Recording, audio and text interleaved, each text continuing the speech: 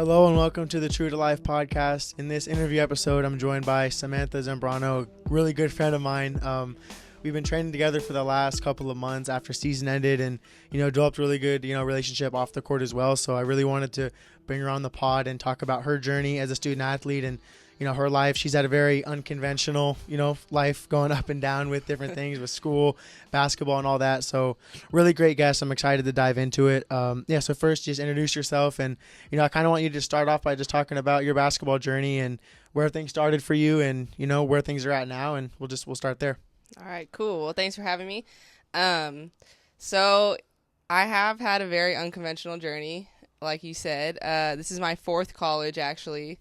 So fresh out of high school, I went to UCLA, and I was kind of on that path because I didn't know what to do, but I was always smart, and I worked hard in the classroom. And I was like, okay, let me apply to these good schools. I got good grades. I got good SAT scores, all of that. And then it's like, okay, I got in, boom, I got into Berkeley, I got into UCLA, I got into all these schools that I applied to. So then I kind of didn't know what I wanted to do with my life at all. But basically, I grew up low income. So basically people are like, this is the best opportunity for you. You need to go to one of these big schools and, get a good degree, make a difference, and then, change your life around, go help out your family. So that's what I was planning on doing. I was like, okay, I'm going to go pre-med and I'm going to become a doctor. I'm going to make this money. I'm going to, I'm going to take care of the family. And then, I get there and it's hard. It's really hard for all different types of reasons. One, it was kind of a culture shock going there.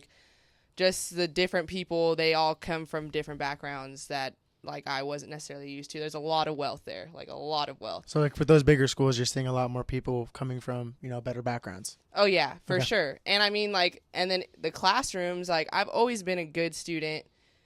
I worked hard, but I never had to work super hard to get these good grades. But then I go to UCLA and it's I've never studied this hard in my life and I'm not getting an A. And I was like, I've never had a B in my life. I'm and to me, I'm what's going on?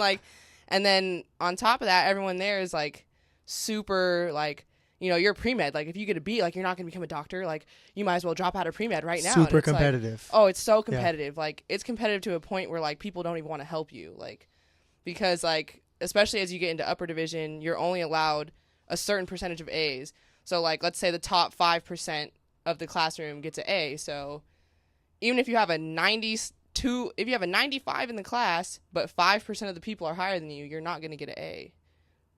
That's brutal. It's so brutal. So, it gets to a point where people don't even want to help you, There's not even study groups or anything at that point. There, if you find some cool people, of course there is, I'm not saying everyone there is just some witch. No, it's For sure. Yeah, no, there's definitely, and I did have a study group. I did have, I met some really cool people there, and I'm grateful for them for sure. But just being surrounded in an environment, and it was tough, it was also tough to see the ones who drop out of pre-med are a lot of low-income minorities.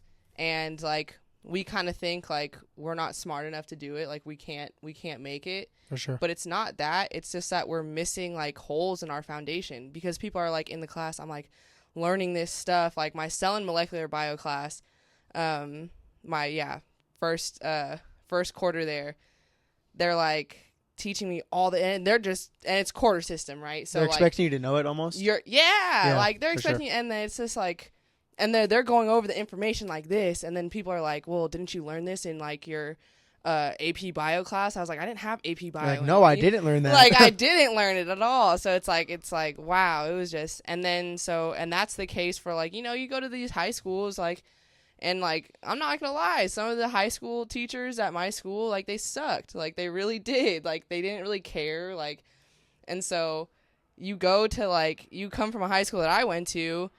And then you go to a school like this where everyone's had top tier. They go to doctor academies and stuff in high school. And it's what? They've had and they've just not trying to give it an excuse, but when you're given an advantage, that really matters.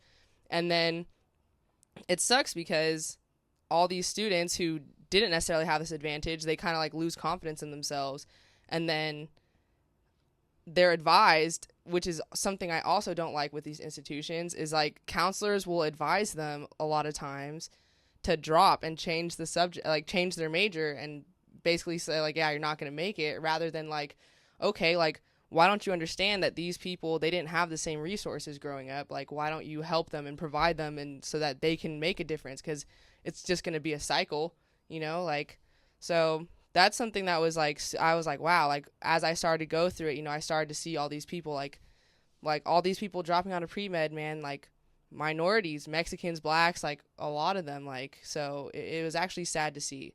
But yeah, so anyway, it was super hard. After UCLA, where'd you end up at? Yeah. After UCLA, I did 1 year, and first of all, I was working like double shifts every day just to like, help pay for it. And I was super stressed out, sleeping like 4 hours a night. So then, I kind of like was like, this isn't worth it to me. Like I would genuinely was not happy. Like I was sad. And like most people, me, like I'm a pretty happy person. I'm always smiling, so like I felt real sadness. So then I decided to go to JUCO back home in San Diego, and I went to Mesa College. And at first I was like, I felt like a failure, because I was like, like this was my way out. Like this is how I was going to help my family, like change my life around, whoop de whoop. Like now I'm just a failure. That's kind of like the mindset that I had at first. But then, after I started going to Mesa, that like to this day, it's still my favorite school I've been to, like JUCO. I made like my closest friends in the world. It was great. And then you talked to me about like the stats you put up. Like how was that, the transition, getting back into basketball, training again before being able to make the transition to a 4-year? Yeah, so I did really well in JUCO. Second year a lot better for sure than the first year, but still did pretty solid. I made first team all conference. There we go. I got invited to like the All-Star thing in California, which actually got canceled like right before we were supposed to go up to it. And it was like, it's a big showcase for like all the All-Stars. You have to get invited for it, and for all of California. And it was up in Fresno that year, but then it got canceled right before because of COVID. That's when COVID started like to go down and everything. Devastation. So yeah, I was so sad because that's like any opportunity, like JUCO, like, it's a struggle. Like you got to get out. Like that's your main goal, is like really any way you can out. get exposure is the most important. For sure. You want to take every opportunity that you can. So I was pretty upset about that, because there's going to be like, at those showcases like that, it's a ton of universities like looking and scouting at you. So, but yeah, I did really well in JUCO. I was like top in stats for like points. Actually I was for points. I was second. I remember my point guard, she beat me by 1 point per game, but, shout out to Bree, but, but, no, yeah, so like points, 3 points per game, 3-point percentages, free throw percentages, like I was doing pretty solid out there. And so I had a lot of good looks. And then as I'm going through, I'm talking to all these colleges, first of all, my JUCO coach kind of like didn't even give me access to film for a long time. That's frustrating. It was super frustrating, because like that's how you're going to market yourself, So like I didn't have access, and like, how am I supposed to, and like, I'll be quite honest, like she didn't help us at all reaching out to any colleges. Like she didn't really do anything for us. And especially with JUCO, you need your coaches to help reach out and advocate for you. 1,000%. Like you need people to like, because like, come on, if you're a university coach and you see an email from just a regular Gmail, you're not going to, but you see like an email, like a coach's email, like the coach's email usually has like the institution, like last, in like the end of it. So it's like, that's just going to pop up, even like filter wise on their email. It's going to pop up like student athletes, their emails get buried. I know firsthand. I sent out tons of emails coming out of high school, and it's like coaches get hundreds of emails a day. You can ask any coach. It happens naturally. So having a coach that advocates for you is very important. So like on a side note, for student athletes that are going the JUCO route, which is a lot more, popular now in a lot of sports, just because it's hard to get exposure in all sports. So you make sure your coaches are advocating for you and things of that nature, because, like Sammy's saying, it's like you need your coaches to advocate for you. It's super important. Oh yeah, for sure. And like, they know people. So, and like in the basketball world, in any type of world, basketball is a business, any sport is a business, like it's all about connections at the end of the day. So like those connections go a long way. But, yeah. So what were we saying about transitioning for you? Like Holy Names. How'd we end up at Holy Names? Okay. Ooh-wee. So yeah, so I was doing good. Once I ended up getting like access to my film finally, after I felt like I had to beg my coach like multiple times, I was able to send out a bunch of film. I got some good looks. I had D1 looks. I had D2 looks. I had, and And I'm like, okay, like, wow, like, I'm fine. Like, I'm super stressed this whole time, but I'm like, things are starting to work out, like, I was going to get flown out to Texas for Sam Houston State. It's a D1 out there. They were going to, like, fly me out to go practice with them. And then, I get a call one day from my athletic counselor for my school, and she's like, hey, Sam, I forgot that you went to UCLA your first year, so that makes you a 4.24 transfer. So you actually do need an associate's degree, because originally going in there, I was a kinesiology major, and they don't have they might now, but when I went, they didn't have the kinesiology associate's degree program there. They had all the prereqs that you needed, but they just didn't actually have the degree program. So like, but she told me, she's like, oh, don't worry about it. You don't need this degree you don't need the actual degree. You just need all your prereqs, and then get good grades. You'll transfer into another institution, no problem, right? So I was like, okay, cool. So then she calls me up, like, once I'm already, like, in the whole recruitment process, and she's like, yeah, I forgot you actually do need an associate's degree. That's frustrating. Super frustrating. And so I'm like, what? Like, and then I'm like, okay, stress again. Like, right when things start to, that's life, though, right? When, like, a few things start to go your way, then, boom, something else happens. And then, so I was like, what? Like, and then so she, like, eventually, she's like, okay, like, we'll get you into a health degree program, though, and it'll, like, same prereqs, like, you'll be able to get in just fine. The only difference was I took a higher level of chemistry. I took, like, the pre-med chemistry instead of a lower level one. So she's like, yeah, I should transfer, no problem. So I was like, okay, cool. Boom. Then they we sent in an appeal. I end up getting denied for my appeal. So then without an associate's degree, if you're a 4.24 transfer, so 4-year to a 2-year back to a 4-year, without an associate's degree, you're ineligible for NCAA. So she's like, yeah, like, you can't go, like, to any NCAA school. Like, it doesn't matter, like, the level. And I was like, and this is, like, during the month that you're supposed to be signing. Like, is this after sophomore year or after freshman year? This after sophomore year. Okay. And I didn't have an associate's degree because at UCLA I was physiological sciences. They didn't have kinesiology. Okay. But I had to change my major. It's similar, but still not the same. I had to change it to kines. So then I'm like, well, what do I do? Like, I was like, I don't know what to do. Like, I can't go to any NCAA school. Like, those are the schools that are, like, you feel me? Like, and then so she's like, well, you can still play NAIA. And I was like, oh man, like, okay. So last minute, I'm trying to reach out to these schools, like, and so I go to this small NAIA school back home, San Diego Christian, and I definitely learned some things there. I went there for 1 year, but I'm not gonna lie, like, I knew right when I got there, like, I don't think this is for me. What year did the COVID year fall on you? Because that's why you were able to have the extra year, right? That is San Diego Christian. So okay. Like. Yeah, so, like, we did have, like, a short season, but it was, like, very limited. Like, we played a few games, yeah. And so, yeah, I did go there, and I met Coach Cosby, and he's on the men's team. And, I'm super cool with him. He goes to, like, where I train back home, the facility dog hours, because he goes and, like, recruits people from there all the time, too. So he would see me in there every single day. And so, like, we were cool. And, I was telling him, like, man, I got to get out of here, man, like, And he was gonna, and so he was like, okay, I got you. Like, I'm gonna help you out, like we gonna get you out. So I was like, okay, bet. Like, and so, he knew Coach Covell up here, along with some other coaches. And so at the end of the day, I mean, it was between here, Hilo, a few other schools. And, I chose here because I was just, it was just, based on certain circumstances, it was a decision that I chose to make. For sure. At the time, absolutely. Yeah. So, and then, the rest is history. I'm here, about to graduate.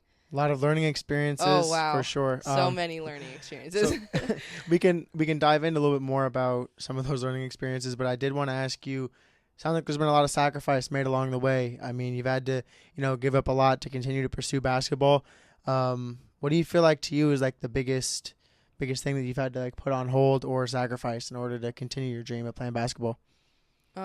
Just, like, time, like, like, going out, hanging out with people, just time, like, in JUCO, I would stay, okay, so, like, we would have practice, and then the men would have practice after us.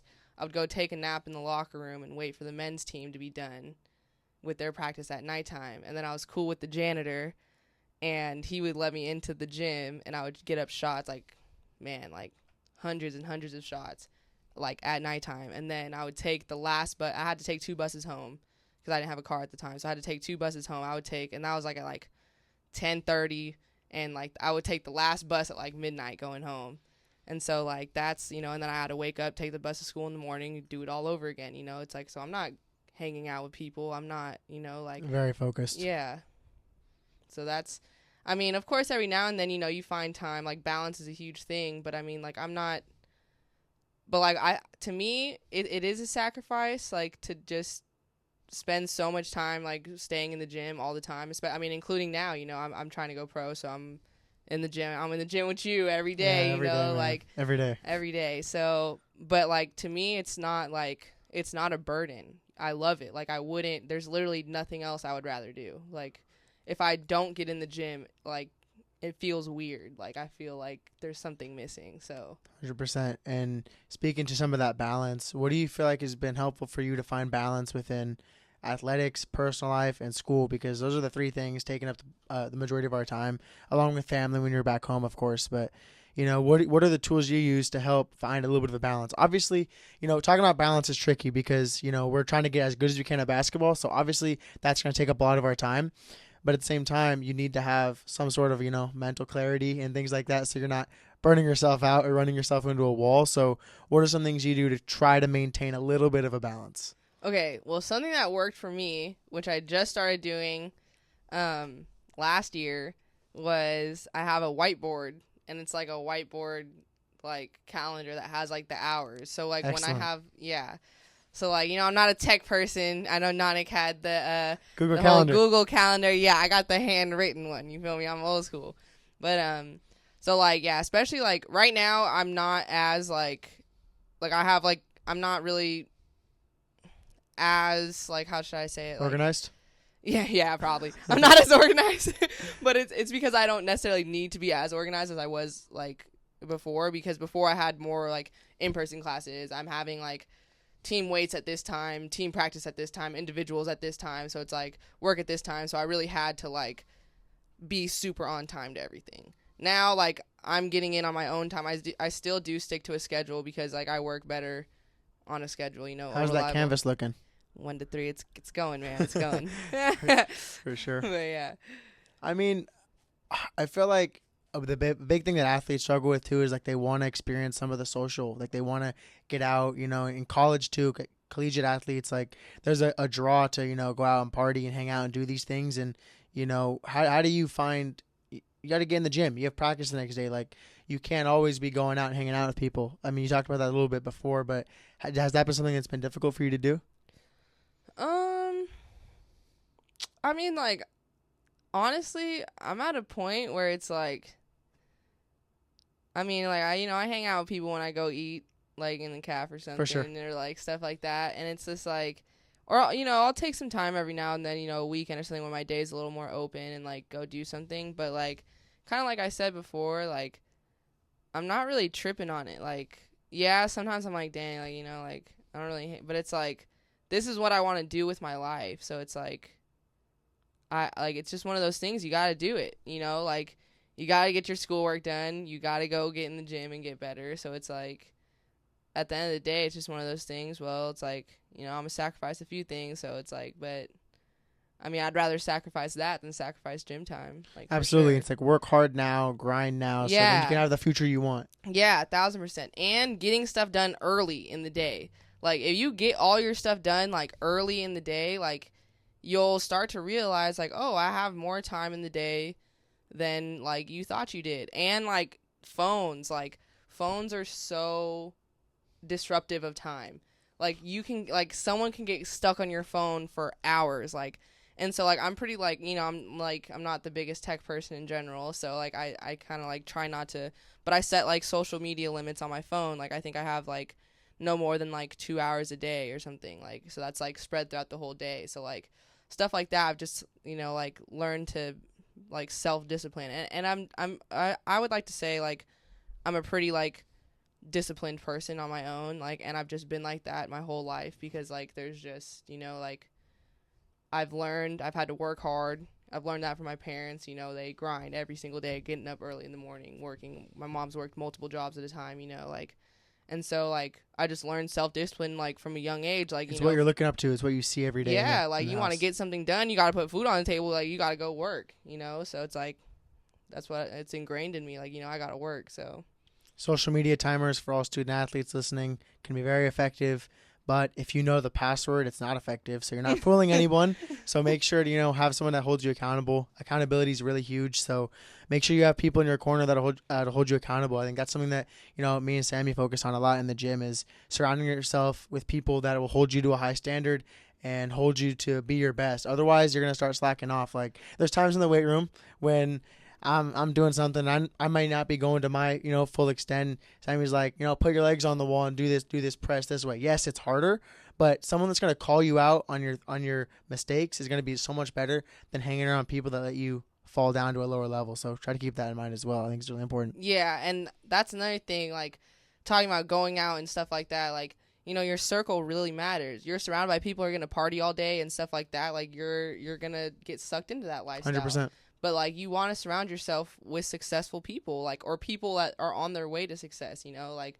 otherwise you get, sadly, but you see it all the time, people get dragged down into this lifestyle that they don't need to be a part of. Like, you're an athlete, like, you're going to school, like, you're not in the hood. You don't need to be doing, like, hood rat things, like, sadly, but, it just happened with, like, Mikey Williams, like, stuff like that. It's like, surround yourself with the people who are trying to make you better and who are going, like you were saying, like, and who are going to help you get to where you want to be. Absolutely. Simple. Circle matters so much. I Yeah. mean, your circle dictates who you are. It's like your closest friends are a representation of where you want to go. I think it's really important. Is be careful with who you surround yourself by is amazing. I'm glad you highlighted that. So I wanted to talk about your, experiences, challenges as a female, student athlete with basketball. It can be kind of tricky, but also you can speak to it as, sports all abroad, because, sometimes, female sports get like neglected and underlooked and don't get the attention that, you may want, or as, people that watch sports. So just kind of speaking to that, what have you experienced as a female athlete? Well, for one thing, like, I feel like I'm always, like, wherever I go, if I'm going to, like, an open run or something, usually if it's hard to find female, like, all, women runs. So, like, I'm usually, like, the only girl in the gym.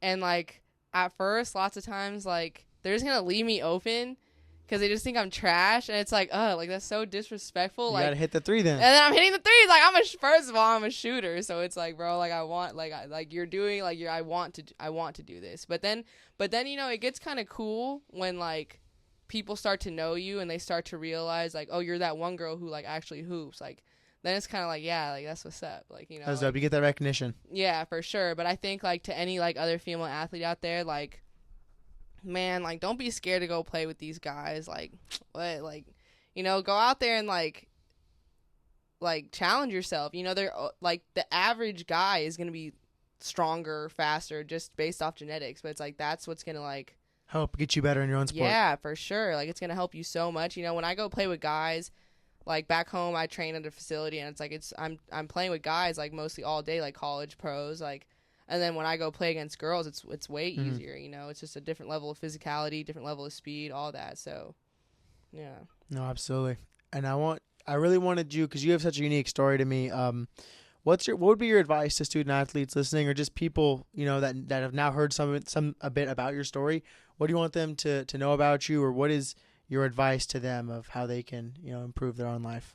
I would say, like, man, stay 10 toes down. Like, don't fold. Like, life, the game, everything is going to test you so much. Like, I think most people, like, I shared, like, a quick blurb of my story, but there's a lot of challenges that have gone on in between that. And I think a lot of people in my situation would have, like, quit, in all honesty. Like, I think most people in my situation would have quit and been like, let me just get a degree and, like, finish out as a regular student, or maybe not even get a degree in general, but, like, that's life. Like, it's not going to go the way, like, point A to point B is not going to be a straight line. It's not linear. Yeah, there's downs. There's going to be ups and downs, turns, drops, all of that. But, like, if you stay disciplined, if you stay focused, like, stay working and have faith and confidence in yourself, that's going to take you so far, because And that's not even just in basketball, that's just in life. Like, you have to be confident. Like, I say blind faith. Like, I have a relationship with God, so I attribute a lot of my faith to that. But just like, I know I'm going to put in the work, and I'm going to trust that he's going to do the rest. So it's like, you just have to have blind faith that, like, if you're putting in the work, things will work out. And it might not be what it looks like at first, but like, a lot of closed doors are blessings in disguise. And it's hard to realize that at first, but you just have to keep going. Like, I swear, like, just stay 10 toes down and don't fold, because it'll work out. I love that. Be Real talked about that too, about, God's going to reward you for doing the right thing. There was a short out about that. And it's speaking to something more broad too, just about never giving up, and, things have a way of working out. I mean, generally, I would hope that generally when you're doing the right thing and you have good process, that there are rewards and the good person wins. Like, the hardworking, good man or woman, they'll always win, like, regardless. I mean, at least that's my hope, because otherwise I'm living in a lie. Right. If it just if you cut corners and that's how you win, then my life is a lie, essentially, because I put in so much work in everything that I do. So I may not be seeing the results now. Like, you don't see the fruits of your labor now. So a great quote that I heard about just came to my head. The best time to plant a tree is either 20 years ago or right now. You know what I mean? Like, you're not going to see the benefits of that tree you plant right away. It's sitting in the ground growing. Mm. But in 20 years from now, you'll see it. You never know when it's going to come, but if you believe, you can achieve. It's corny, but it's true. No, 1,000%. Like, confidence, and like, that's why confidence is so important. I mean, it's still something like confidence and like mental discipline, like, because, like, in the gym, you start missing a few shots, like, especially as shooters. Man, like, you start tripping. Like, you're like, why am I missing? Like, I shoot so many, but then you're gonna miss more if you think like that. Like, you have to trust the work you're putting in, be confident in everything, because like, you can work and work and work, but if you're not confident in yourself, like, you're not gonna succeed. But like, yeah, you just gotta outwork everyone. 100%. So I want to try to get us out of here before dinner time at the CAF. So got a couple more questions for you. What would you say has been your number one biggest hurdle that you've had to overcome? Ooh-wee. Because you spoke to a couple. You spoke to family background. You spoke to basketball, how you were at a school that basketball was on the table, then having to get back into it. So, yeah, I mean, like, what do you think is, if there was one? Maybe there's not. Maybe you knocked them all down because you're here now and you're about to, climb even higher. But if you do have something. I would say, maybe the mental game. Maybe the mental game it's still a hurdle that I'm trying to get over at times, Absolutely. Like, ever evolving. Yeah, forever. Like, it's true that life doesn't get easier. You just get stronger, So, like, I would say, the mental game is definitely probably a huge hurdle that I'm trying to, like, still struggle with. Like, still get over the struggling, at least. But, yeah, just because, there is times where, like, self-doubt starts to creep in. You're like, am I sacrificing all these hours a day? Like, is it just, like, I'm, like, for nothing? Like, but then you have to, like, if those thoughts ever creep in, like, you just got to push them out. You're like, no. Like, do you feel like you're in a better place now in terms of your mental game as you were, say, when you came into H&U, or even when you were back at the NAI or in JUCO? Do you feel like it's gotten better? Oh, yeah, 1,000%. 1,000%. It's gotten better. Like, and my confidence has gotten better. Absolutely. So that's good. But it's still, like, something that's struggling. But I think, like, I've always been my biggest enemy because, like, I want it so bad, like, and I want to succeed so bad that, like, I'm hard on myself, like, so with that, like, self-accountability and self-discipline comes, like, a balance of, like, knowing that, like, you have to be nice to yourself at times too, like, that's something I kind of, like, struggle with. Like, I'm not doing enough. Like, I'm not doing it good enough. I'm not good enough. Like, like, so holding yourself to a high standard. Yeah. Like, you have to hold yourself to a high standard, but you got to love yourself, so that's something I'm kind of, like, I'm struggling on. Yeah, like, the financial stuff growing up, all of that, like, I'm placed in an opportunity, like, I don't have the same opportunities that everyone else had growing up, but, like, I don't even like to use that as, like, I'm like, like, so what? Like, I can't go back and change that. You know, like I'm gonna work harder. So it's all about controlling the controllables too. yeah, like Absolutely. you know, my trainer Tate, he says no one cares, work harder, and it's true. Like no one cares at the end of the day. Like no one's gonna go easy on you on defense because you had a tough life. Like no, like. So, yeah, but I would say the mental game for sure is something that I'm struggling with. I like that. No, great answer. And, you know, you just brought up Tate. Who have been some of the most influential people in your life? If you had like a short little list, like 3 of like most influential who have helped you on your journey. Ooh, yeah, definitely. Well, like my parents, you know, my whole life, like that's just the foundation of like who I truly am. You know, like I like to think like I have a pretty good character. Like, you know, I'm a good person. They raised me with like great morals, like, and they raised me to work hard. Like my whole life, they raised me to work hard because like I've seen it firsthand. Like, you know, like they've had to, you know, we've had times where we're struggling, and it's like, but you're gonna get it done by any means necessary. You know, like my mom's gonna, you know, she's gonna make food on the table, whether that food comes from a food bank or what. Like she's gonna feed us, make sure we're taken care of. Make sure it's done. Yeah. Yeah, by any means necessary. And then, so that's just first and foremost for sure. I think Tate definitely in my basketball journey. So Tate is my trainer back home in San Diego for Dog Hours facility, and he's just helped me so much. Like him and his family, you know, his wife, like they've helped me so much throughout this journey. I met them as I was going to San Diego Christian. You know, one of my friends, Jay, he was working out with them, and we were like kicking it after a day or whatever, and like he was talking about how his legs were dead, you know. He was like, oh, I was on the Vertimax, whoop-de-whoop, but I was like, oh, like, where are you working out at? He's like, oh, like in this facility, National City, like with Tate, like he's hella cool, like, you know, tap in with him. So I did, and man, like I remember he asked me like, how many days do you want to come? And I was like, I will be here as many times as I can. Like I will amazing. Literally, yeah. And so like, and from then on, it's like he's family, you know, for sure, like I'll do anything for them for sure, like because I know they have my back regardless through it all. So for sure Tate and the family. Absolutely. Do you have anyone else, or is that those are the main ones I would say have been influential? Definitely for this year, you know, my I would say someone who helped me a lot this year during season was Coach E, our GA. For sure. She was there a lot for me, just relating, because like we related on the same level with a lot of things. Like we kind of thought the same way, like stuff like that. So she helped me out a lot. And just, you know, like my friend group as well. I have a great friend group, and like, so people who just support me through it all. So people to lean on. No, very important. So the way I like to close off our interviews are some quick hitters. So first thing that comes to mind. So I know you love food. What is your number 1 favorite food? Ooh, it's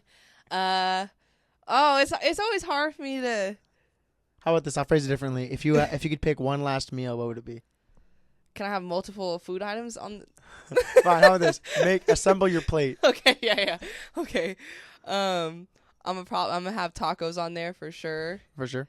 I'm gonna have some mac and cheese, some good mac and cheese. I'm gonna have some yams, and what's your dessert? The pressure's on. I know. These questions are so hard for me. I love food. Like food and basketball are like up there.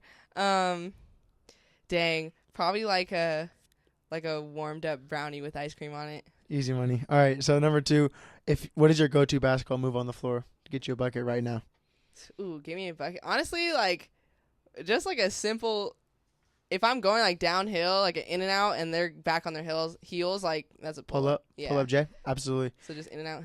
So I know you love travel and you want to see the world at some point. If you could travel anywhere in the world right now, where would it be? That's a great question. I think Brazil. I love it. Yeah, I Beautiful. think I want to go to Brazil. I will go to Brazil one day. I got to see my friend Sarah out there. Yeah, that's dope. Well, there's going to be a lot more coming. You guys can, find Sammy. Her socials and things are going to be in the episode notes. Thank you so much for tuning into this episode. Hope you guys enjoyed. Please reach out to @True to Life Podcast on Instagram, and me individually at Nanik Tagore on Instagram if you have any questions or comments about the episode. Thank you so much for tuning in, and we're going to be back here next time.